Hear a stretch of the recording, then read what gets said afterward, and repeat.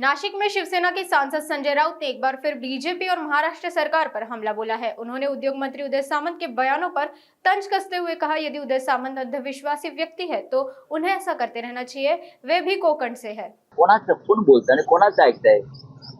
झालं किती वेळा त्याच्यावर बोलायचं? देवेंद्र फडणवीस अजून वर्षा बंगल्यावर का जात नाही?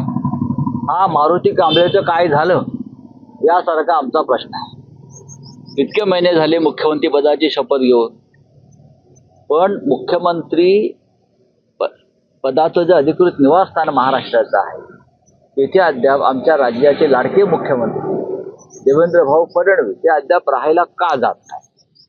आणि मी असं ऐकलंय, मुख्यमंत्री असं म्हणतात, राहायला गेलो तरी तिथे मी झोपायला जाणार नाही। म्हणजे काय प्रकार आहे? अख्ख्या महाराष्ट्राला चिंता लागून राहिली, त्याचं उत्तर या लिंबूवाल्याने द्यावं। हे जे लिंबू सम्राट आहेत शिंदे गटात सगळे लिंबू मिरची, माझ्या असं कानावर आलेलं आहे की बीजेपीच्या अंतस्थ गटामध्ये अशी चर्चा आहे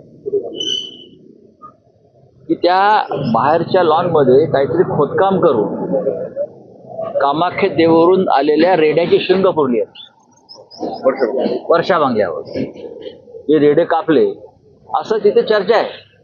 असं त्यांचेच लोक सांगतायत, असं तिकडला स्टाफ सांगतोय। हे खरं आहे की खोटं आहे? आम्ही का अंधश्रद्धेवरती विश्वास ठेवत नाही, आम्ही निर्मूलन कायदा मानणारे लोक आहोत। पण ह्या चर्चा आहेत की कामाख्य मंदिरात जे काय रेडे कटिंग झालं, तिथून काही मंत्रलेली शिंग आणली म्हणे काय, आणि ती तिकडे पुरली आहेत। हे मुख्यमंत्री पद कोणाकडे टिकू नये दुसऱ्या माणसाला, आम्ही सदैव असं तिकडला जो कर्मचारी वर्ग ते सांगतायत। आता ही चर्चा आहे।